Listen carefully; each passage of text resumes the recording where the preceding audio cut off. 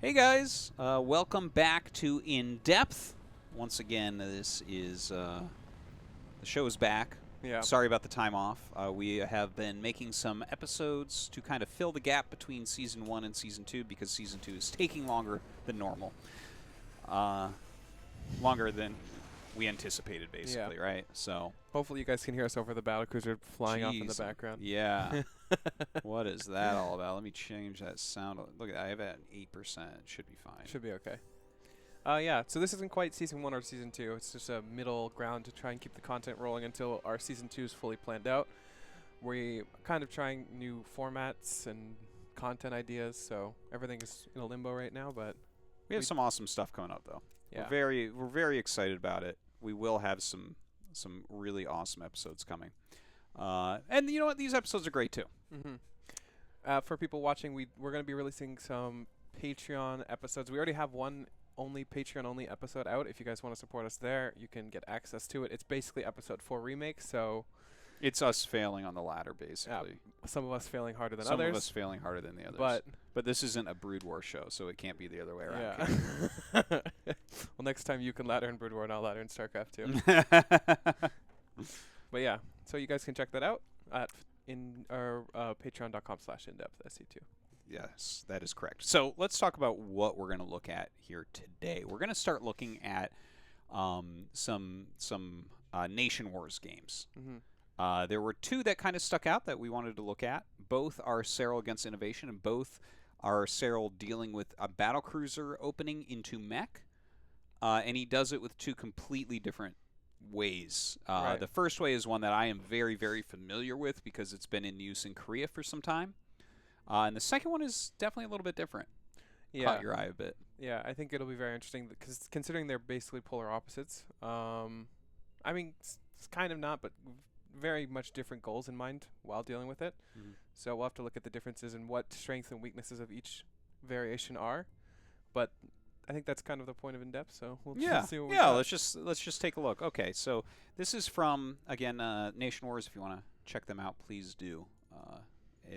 Just an awesome tournament. In fact, you almost made it to the I almost offline, made it. huh? If that was revived, maybe we would have won, but reviving No Regret would be like suicide, I feel.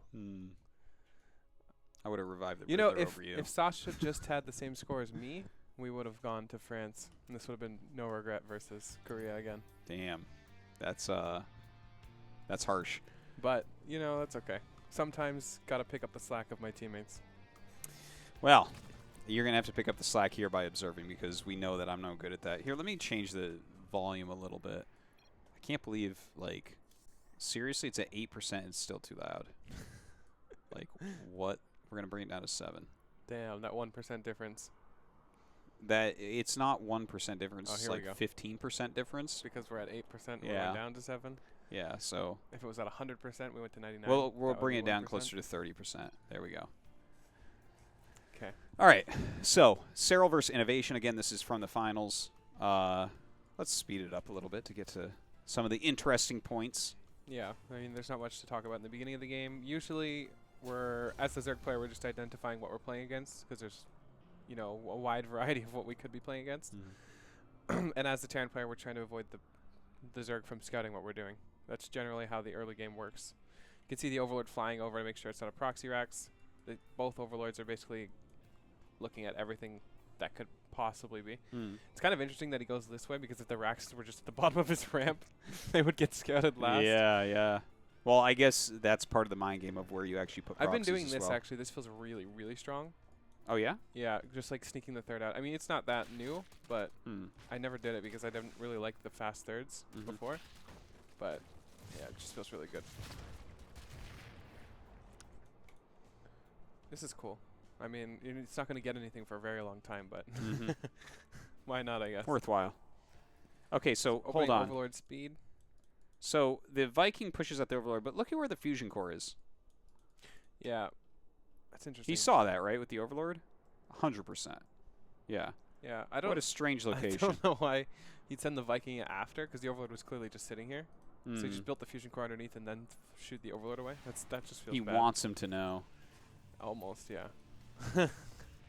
I mean, if he would have built it here or somewhere, or back here, would have had a lot better. But it's Overlord speed, so chances are you're getting scouted right away. Yeah. It's just weird to build it right underneath. Yeah, I guess if the Overlord wasn't there, you wouldn't see it. Nice, almost getting us around there. Good by him not overcommitting to that, because you could lose that free circling there. Let's take a look at this Hellion harassment coming up here. Yeah, this is another really big reason why you don't lose all your links, because if this catches you off guard with any links, without any links, you could just lose the game. Really sick that he has a full kind of surround immediately. Only getting that single volley off on drones. Ouch. Yeah. What was that, 8 Hellions? Yeah. And he gets 4 drones and a few lings and a little bit of lost mining time. Not all that good. Actually, if you look at how Cyril's, look at this. This is like really good, right? Like normally, if your Zerglings are just in a ball here, this one volley would kill all of them. But the way he splits it out and lets the lings kind of come in one by one, as you can see, look at these lings still aren't fighting. Can I see something?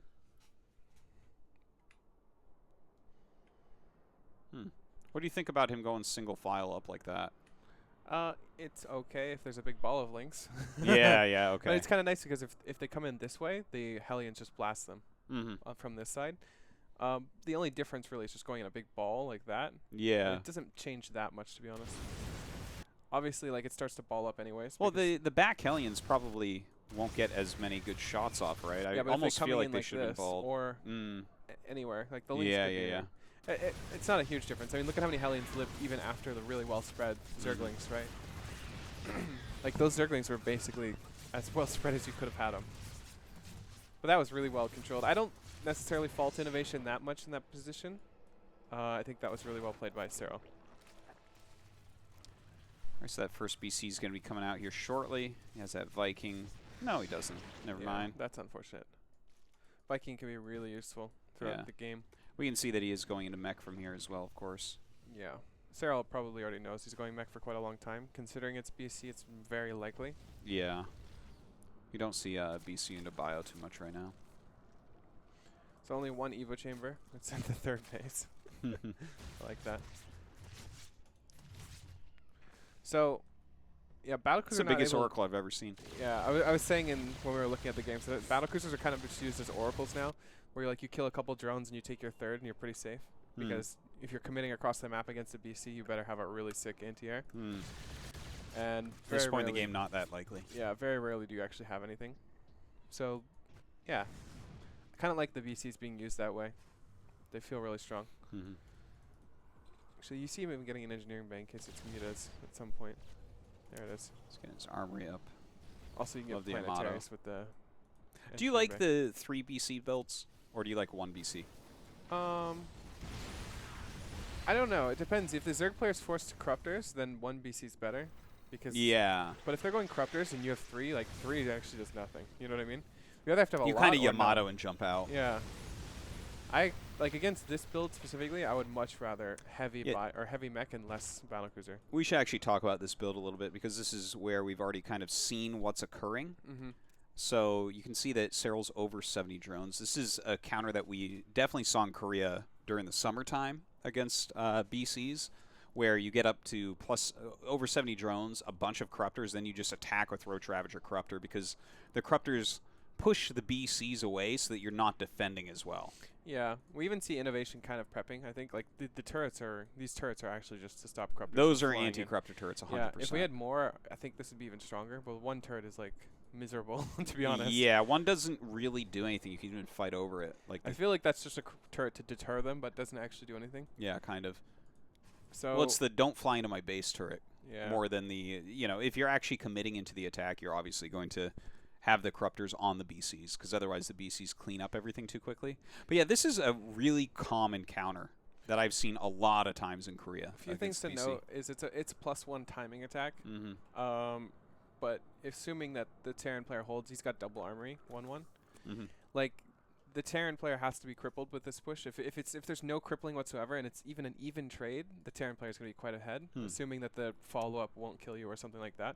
Generally, the first push that comes here will be the strongest. Yeah. And it'll start petering off because 70 drones is less drones than they have SCVs and mules. So generally, they can pump out more in a defensive position. Yeah. So this push has to do something. It has to do something like, now, pretty credible. I want to say I don't think that this is an all-in build from Serral, but it's definitely a build that has to get damage done. Yeah. Like, you have to get in there. You have to deal some sort of damage, or your tech is kind of crappy. Your upgrades are not fantastic, but you do have enough drones, enough hatcheries, and everything that the game can go on after this. You don't have to kill them. Yeah. But if this is just thwarted and you have 1-1 on the way, you can start 2-2 and your 4th base is on the way for, you know, you're in a great spot. Absolutely. So let's see what we got exactly. This is quite nice. Pretty big cancel if he gets it. Okay, he could have probably if he just clicked on it. Yeah. That's okay. So one thing to note is Innovation doesn't see this at all. This is really unfortunate in my opinion. Like the battle cruisers are flying out this way and the Hellions are flying out this way. Yeah, a lot and of it his just units. so happens the army is here. Right there, the rally point. Okay, so that's a lot of units. That's not a good position either. Yeah, they're not sieged or anything. It's just so unfortunate. If this was scouted and these two siege up or like split up siege up and, you know, we start moving around, it's a lot better. But, I mean, can you even blame Innovation? Like this is it's really unfortunate. Okay, let's see how this looks coming in. I'm curious, like, when he sees this and just like, oh, God. You know? Like, right now he has no idea. All right, so he sees roaches coming towards him. Know. Oh, God, it's hitting his... Okay, jump down to this rally point. Where?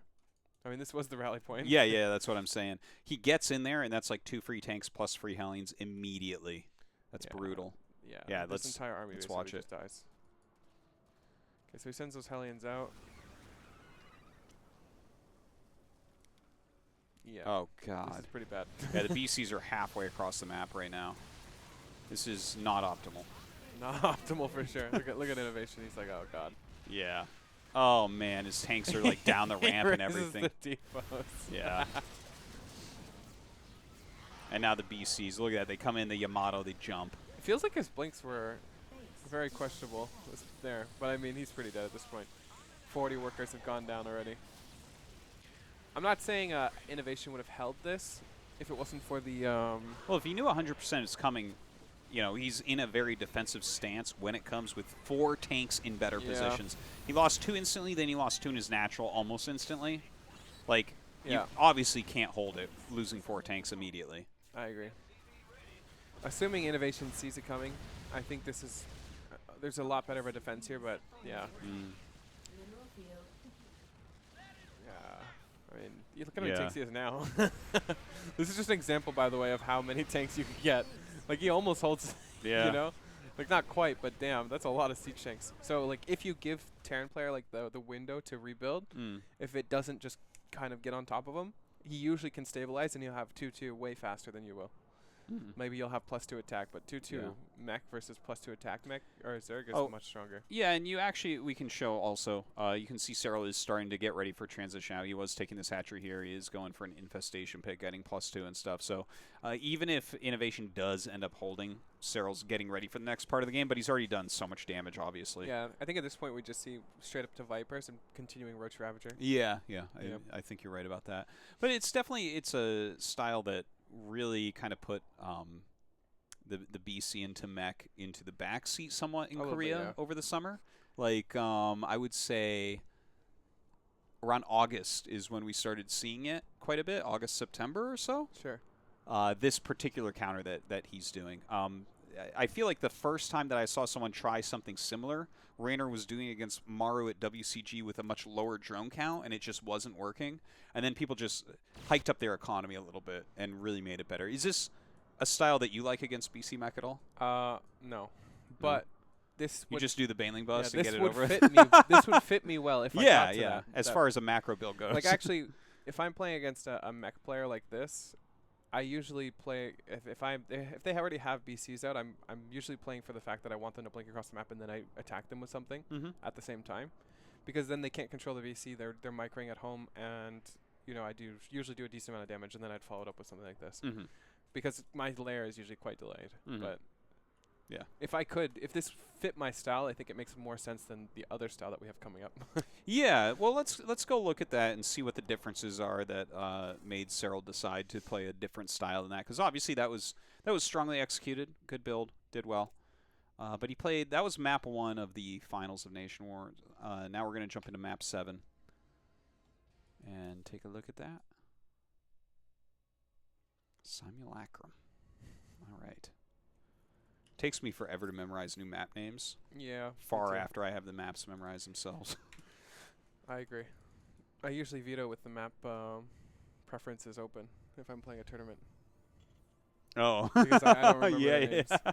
That's funny. I think a lot of players are actually like that. Yeah. Depends on who you are. Whoops. So, one thing to notice is pool first.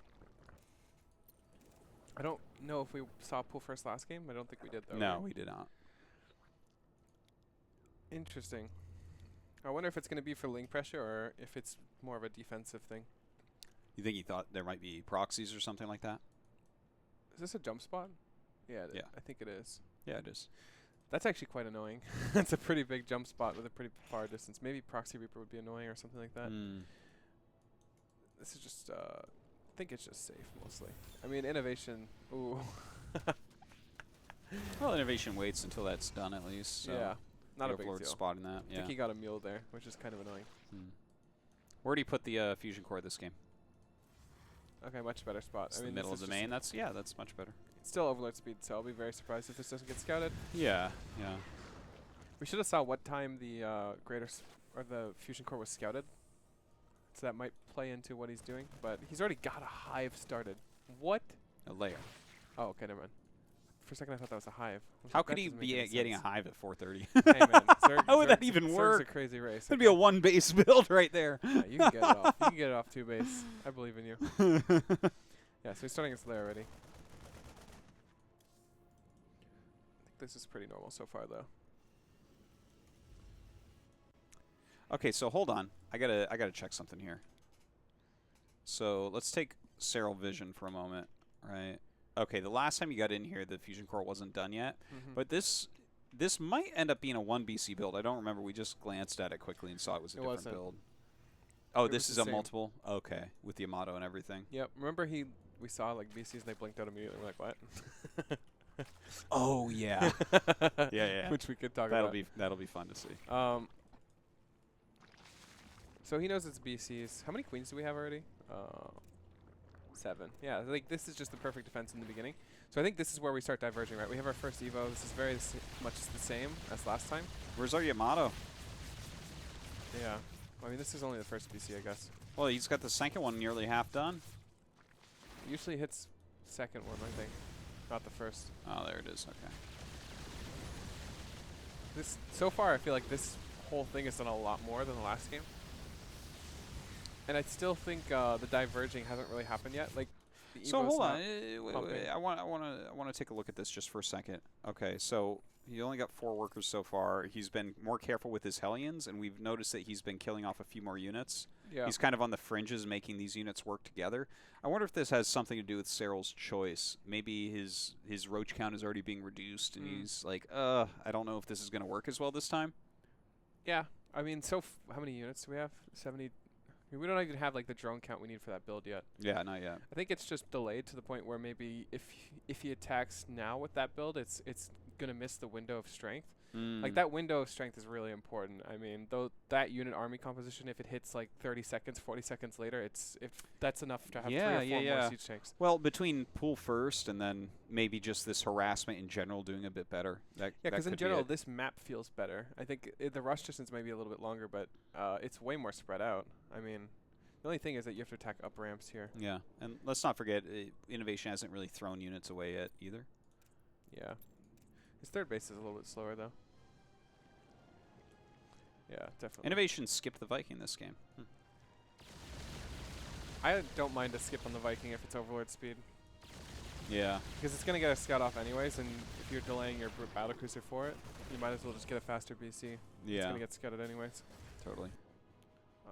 So I love that he actually utilizes the Hellions. Like last time he threw them away, and they weren't utilized at all throughout the game. Every time someone just runs Hellions by, they're like, I'm going to get a bunch of drones, and then they don't get anything. I'm like, well, it served you right. Or Seriously. they win the game. Those are the 2 options. No, I know. It's 0 or everything. Yeah. that's the only way. And normally it's 0 at the pro level. I agree. It feels weird, yeah, that you go for that kind of gamble against someone like Seral. It's like, yeah, these 8 Hellions are really going to kill Seral. Yeah, so we see a very different thing here. Neural is on the way. The Hive is on the way. Hydra's coming out. Yeah. I mean, the army supply is way lower. Mhm. I bet the drone count is about the same. Okay. It's got the 3 VCs. Upgrades are kind of slow. But I guess with this style, you're more tech, less upgrades. Yeah, yeah, for sure. This is actually really scary. I'm surprised that these don't do more.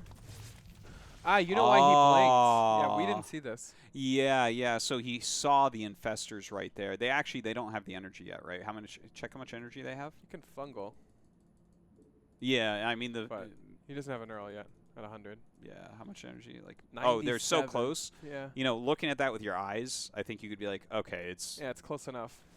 I'm going to jump out of here. Okay, Like that makes a now he lot more has it now. sense.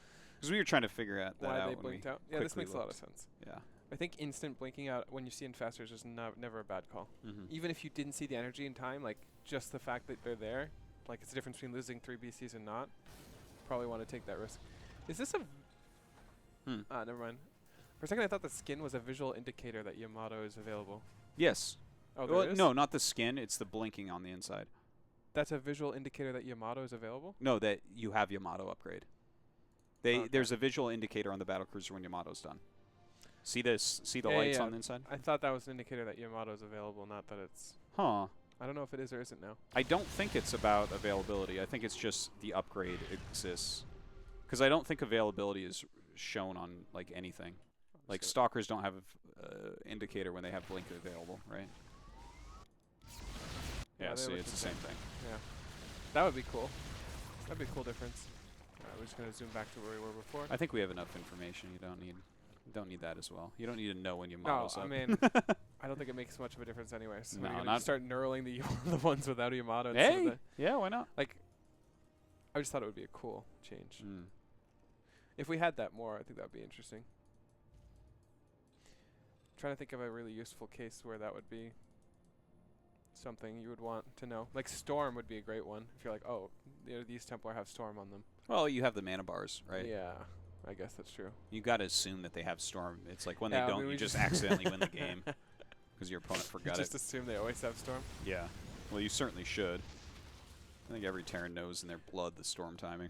All right, so we see huge changes to the way that Cyril's playing this series versus the last. Mm. He's extremely passive compared to the last time. I think he has an army composition that he's comfortable with on the defense, but on the offense not so well right now. Yeah. And we see him going into lurker upgrades. Yeah, it's interesting to see that is Hydra, Lurker, Viper. We were talking about this on another episode. Which hasn't been released yet, and if Well, I depending on think the release order- it'll be released before this one. So, but Well, yeah, 10 drones die to Hellions. This is not a bad style because if they ever pull the trigger on you, like defensively, you're in a great spot, right? With this many lurkers and this many vipers, as long as the vipers are out, assuming. If the vipers aren't out, they attack you, you're in trouble. But yeah, you clearly do need the Vipers. what a spread here! Look at this. Look at the top. Look at the top. Look at that.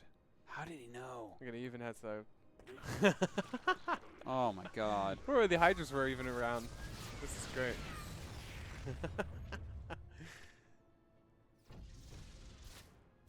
I mean, that's a 6 snipe there. This is like the real One difference Hydra. the difference between like some of the best players in the world and not. Well, Like, just to have his just to think infestors about up that. there to catch them going out, Even has an infested Terran it's here. amazing. Or not infested Terran, those don't exist anymore. A changeling. I swear. I'll never feel okay about seeing Thor's abducted. Yeah. So get over here, like biggest unit. Just come here. The Viper does not even like fall down a little bit. It's not like it's trying hard. You don't see it like pulling its back out. It just and flies it just across pulls it the in. map. And then the value that dies instantaneously. I'm like, what? Yeah. This is why I don't make Colossus. Look at this. This is great. He's getting a constant blinding cloud. Well, I don't know if that reposition was even necessary. Did he run out of energy? Well, the tanks were in range of those You until ran they out of moved them energy. back. What? Yeah, so you can see positionally is really important with the Lurker's playstyle. All this stuff is really good for innovation. But the problem is he's getting picked apart at the same rate that he's doing damage on the other side, and his army is a little bit less replenishable.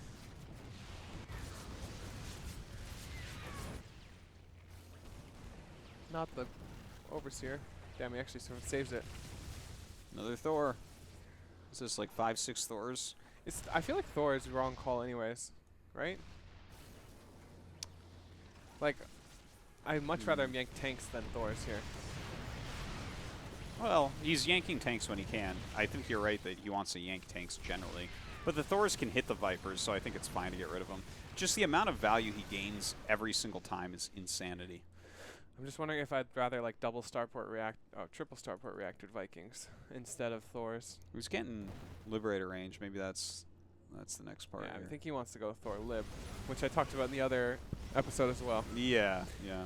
I feel like Thor Lib is already missing its window of strength. Like you actually said the good counter to Thor Lib would be Vipers. Yeah. Well, I think Vipers right now are kind of everything for late game Zerg Actually, in I this think matchup. Cyril's response to Thor Lib would be perfect, right? Like such a heavy Hydra lurker count. Because you can never really engage into it with Thor Lib, I think. If you have the upper hand, the bigger army, and the defensive position. Assuming these have full energy, like I don't see it happening.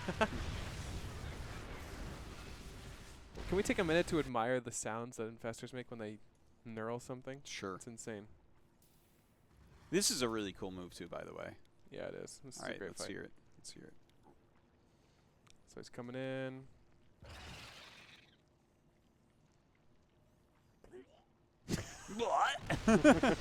It's like it's puking.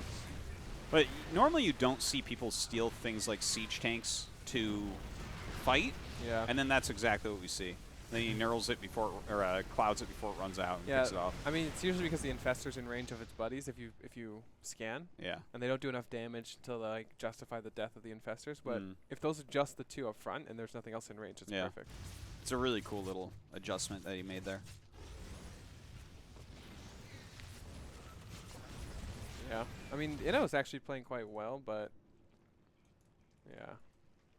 It doesn't feel like his trades are very efficient in the long run. Well, I mean, look at his he armies has being- some Hellion run dies and stuff, but I've never seen him put anything together that could actually be aggressive in any way, right? Yeah. He lost his 3 BCs, so that was most of his harass gone. Then, like, some Hellions ran by, and he got a lot of drones to some of the Hellions, but then Cyril's just running around him in circles, right? This Look is at like this, even yeah. scarier This is like one of than the worst Stormhost. fights I've ever seen. Just yanking everything in.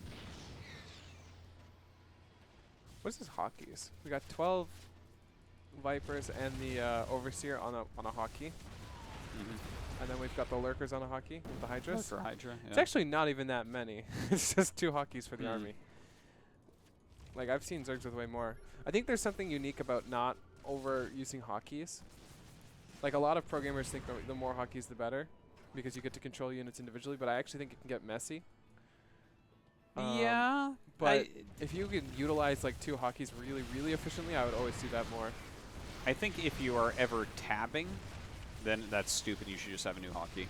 I agree with that. A lot of people I know do tab, which is insane. The fact that you're tabbing to micro in battle just doesn't See, make that's sense very to me. common with Terran, because you're going to stim and then tab to the ghosts or whatever. Yeah. I think just have him on another key. Yeah. Look at this, the efficiency of Cyril with this unit comp. It's funny, we were kind of talking about, is something like this actually doable against Mech? How would you change what Innovation is doing here to deal with this better? I think at certain points in the game he was ahead, but as the game went on and the Viper count goes up to this level, I don't know if you can actually come up with Well, you another have to deal with the Vipers somehow. I wonder think if you should be Vikings- getting EMP. Well, Vikings, if you have them stacked, I mean, Parasitic Bomb is just going to kill them. obviously, but yeah. Well, you Triple need to have 'em- Stargate or triple Starport Viking, like that's a lot of Yeah. Vikings at a time. 2, 4, 6. It 6 is. Vikings versus this army is not terrible, and if you can keep pumping them out one by one, as long as you're trading for Vipers, you're in a good spot. But the thing is, they're just going to yoink, and I think if yoinks are used on Vikings, you're still kind of happy though. Yeah, well, I mean, they're still somewhat expensive, but what do you think about possibly getting Ghosts and Ghosts are great. enhanced EMP, shockwaves? Massive Because EMPs. yeah, the EMPs here would definitely help against this clump. Like even this Thor fight's doing okay. You know, you just need something to actually. That fight, all things considered, wasn't that bad. Like Compared to some of the other ones, Yeah. for sure. we But have a lot the of Vipers mech just not really even do need to sitting be there. dealt with. This is 5 tanks that could have been in the fight. What's turret range after the upgrade? I'm not sure, but 7 before. You So think 8, turret range? right? It gets it +1 range. Yeah, 8. 8's not. Yeah, Probably it's not enough. Yeah. That's what we need to do. We need to make turrets outrange Vipers. No, that we would do be not. That would sick. be the worst. Oh my And god. we could defend warp prisms with it too. Come on, Terran players. Let's get a change going.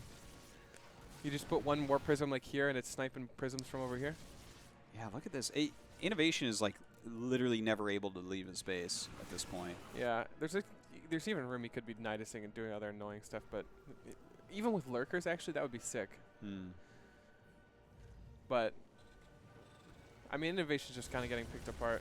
I gotta say, overall, it's very, very good play from Cyril. I like the unit comp. I like what he's doing, the rotations and just yanking things in. But I think one of my favorite things was the quick neural with the 3 infestors. That's actually something that we saw at the very beginning of the BC rushes people were trying. Yeah. And it kind of, people figured out different, better ways. But I liked that because then he kind of roamed with them. You know, Yeah. They weren't part of his main army. He just kind of burrow moved them all over the place. Yeah, he gets it before pathogen even. I mean, well, like if you're only getting 3 infestors, there's no point to get pathogen. Do you think if he gets if there's more battle cruisers, he gets more infestors? Because the last time we saw 3 BCs and a complete I don't think stop. you're ever going to see more than 3 BCs ever again. Yeah, maybe. With the interrupt and stuff, like, I don't think so. I think it's done. Okay, well, let's assume. Let's assume it's 4 Okay. or 5 battle cruisers. Do you think we go 5 infestors? Is it 3 infestors to match the 3 BCs? Is basically what I'm asking. Is that why that's it's a good magic question. number, or is Yeah. it 3 infestors because it's 3 infestors? I mean, I'm not 100% sure, but it seems like you could definitely do the match number. If you're using neural, you have to match. Yeah. Because otherwise, one BC like kills Extra would one kill all infestor, of then them. you have Yeah. 2, and then you kill all of them. You know. So yeah, you would have to have the same amount. And the thing is, I think that 3 is the magic number. It's 1 or 3, I think. Because if you're gonna get 2, you may as well get 3 with Yamato. It just makes sense. Look at the timing on this. Neural is Done just in time for the 3 Yeah. BCs to hit the main. it's pretty sick. Yeah. Oh, I like it quite a bit. Wait, do you think he did that on purpose? Like ran him up and then backed up. Like the back, yeah. Yeah, well, I think he backed up because it wasn't quite ready. So just in case the BCs moved towards him. I mean, like, you don't think he was just fronting, like, oh, I've got neural, buddy. Like, you know what I mean? Might have been. Might have Or been. I'm going to fungal. I can see that. I can see that. That's funny. Well, so I mean, what do you think overall? I think each style has a lot of strength in it. Like the play style we just saw versus innovation feels like overall stronger army composition. I think it has probably a higher win rate if you had to just put them side by side, but they have different strengths, right? Like, for example, the game against innovation, game 1, yeah, maybe if he saw it coming and he was better defended, he could defend it. Yeah. But like, for the example, this game, I don't think he had any chance of defending this at any point, really. It felt like you're just getting rolled the whole time. Whereas the last game, I felt like there was actually some possibility in defense. Yeah, no, I would agree with what you just said there. I mean, part of it probably has to do with the map as well, But last game, I was strength if you're not Cyril, I think. You know what I mean? Like, if I was there and I could take control of Cyril's army, I think I could win with it in that position. In the last game? The last game. But Yeah, if I took for control sure. of Cyril's army in this game, It might look may this is harder. way Yeah. higher skill to do this. Like, that other one is probably the build most people want to use for themselves on the ladder. Right. Like, that's going to be a much more effective way to punish BC users, I think, that go into Mech. I agree. I think that they both have their strengths in their regards, but if you were Cyril, you should always pick this one, I think. I think this one has overall better strength. With the Hellions being wasted in game 1, and just kind of how the early game went, I think it was actually an okay choice. So I think on that map, like, it just felt really straightforward. Like, your third is way that was away. Triton, right? Yeah. Third base is way off to the side. There's huge gaps in the main. You could walk straight across the map. It feels pretty safe. Yeah. To do that. This map maybe is a little bit different. I mean, you're going up ramps on this map. Like, attacking, imagine the same game that we saw game 1, except your third base is defended with tanks here. And your options are here, here, or here. 3 different ramps. You know? chances of tanks being here are unlikely, but by the time Yeah. you're up here, like this is your attack path or your attack surface area.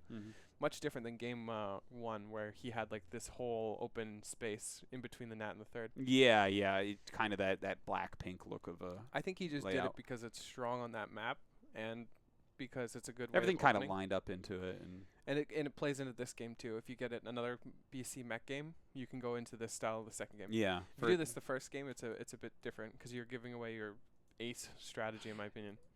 Yeah, and maybe towards the end, using the other strategy, like if innovation's really on top of things and blocks it, that might not be the way you want to lose. This gives so much more play. You have more room to outplay your opponent, whereas the first strategy that we saw is more like this can catch people and kill them, Yeah. but there's not a huge amount of room to outplay your opponent. Right. You go with the attack, you see what you get done, and then maybe you transition, maybe the game's over. Yeah. It's interesting. Also think that this build is a little bit less safe than the last one because you are going into Vipers pretty early on and you're getting all this tech structures and all these things at the same time. That there may be some room to do damage and a counterattack, but I don't think anyone's ever going to do that against Cyril. Like, that would be mad. Like, when you look at his army right now, what is it? You know, what do we got? Just in this very moment, we have 16 Hydras, 9 Roaches, 3 Infestors versus 5 tanks. Like, if this was a different mech style where you're going for, like, that big ball Like attack, battle mech or something, or battle mech. Oh, are you talking about specifically the timing attack? A timing attack before Vipers. Yeah. If you're trying to hit a timing attack before Vipers, you could do a lot of damage. I don't think that build works with BC opener though. I don't think it does. Yeah, either. I think the timing's completely off. I think that's why it's pretty good for Cyril to do this position or this build too. Yeah. If you didn't see BCs, like you probably wouldn't even go neural at all. Like, well, both of these games were specifically BC mech that we were looking at, which is why it's kind of interesting to hold them side by side and take a peek. I feel like the upgrade disadvantage is really bad. Like, for Cyril? Yeah. I think it doesn't matter that much because you're spellcaster based. And tanks just kill you either way. Yeah, armor upgrades don't matter But against it does mech feel all like that once much. we get 3/3 or something, if Inno had 3/3 at any point, like 3/3 mech against +2. Yeah. yeah. That sounds For pretty sure, bad. that looks silly. But yeah, interesting. I think there's a lot of potential with this playstyle. The funny thing is I'm kind of contradicting what I'm saying in the first time one of the other episodes where we're talking about lurkers. But it feels like there's a lot of room to still understand the style from both sides. And I feel like Cyril has a lot of potential to be the torch-bearing Zerg player. Oh, yeah, of with course. That. Well, he kind of is being the best that there is. So I'd love makes to sense. see different Terran deal with it too, though. Well, Like, you mean with this style? I don't necessarily specifically? characterize innovation as a mech, like this kind of playstyle. Well, he does like mech. He but does it, yeah, but it doesn't feel like he's the torch-bearing mech player either. Yeah. Well, Gumiho went to the military. The one player that I could see playing maybe a better positional game would be TY. Right. I think TY would feel like he's the guy that I look to for big brain stuff. Like, okay, how do you actually fight against this? The way that Cyril's what army playing here. composition do you come up with? Yeah. Like, I'm not trying to bash Inno in any way. I think he's really strong. It just doesn't feel like he put up as much of a fight as I'd expect someone to in this position. Kind of just rolled over and let the Vipers pick you down forever. I'm not saying that there's any real way to deal with it, but it felt like he didn't really offer anything. You know what I mean? Yeah. Like he's just letting them pick him off. He's like, well, I'll just build more siege tanks. Yeah. Like, what are you gonna do with the My Vipers? economy's He's like, still big. Don't worry. here's the plan. If I build enough siege tanks, it won't matter if he yoinks them. If I build enough Thors, it won't matter if he yoinks them. It does matter though. Yeah, it does. All right. Well, I think this has been a short episode, but actually, I think somewhat useful looking at a couple different styles. Yeah. Right. So. It's interesting. I think we've said all we need to say though. Yeah. All right, guys. Well, thank you for watching. Of course, In Depth is back, and we'll be starting Season 2 in January. Yeah. And that's going to be a lot of fun. This is kind of the bridge between them. So kind of some old style episodes. Yeah, we're just getting some content out before Season 2. We'll keep you up to date on when Season 2 is happening, but it should happen very soon. Yeah, let us know how you like this kind of a shorter episode with a very specific theme. Anyways, thanks for watching. We'll see you next time.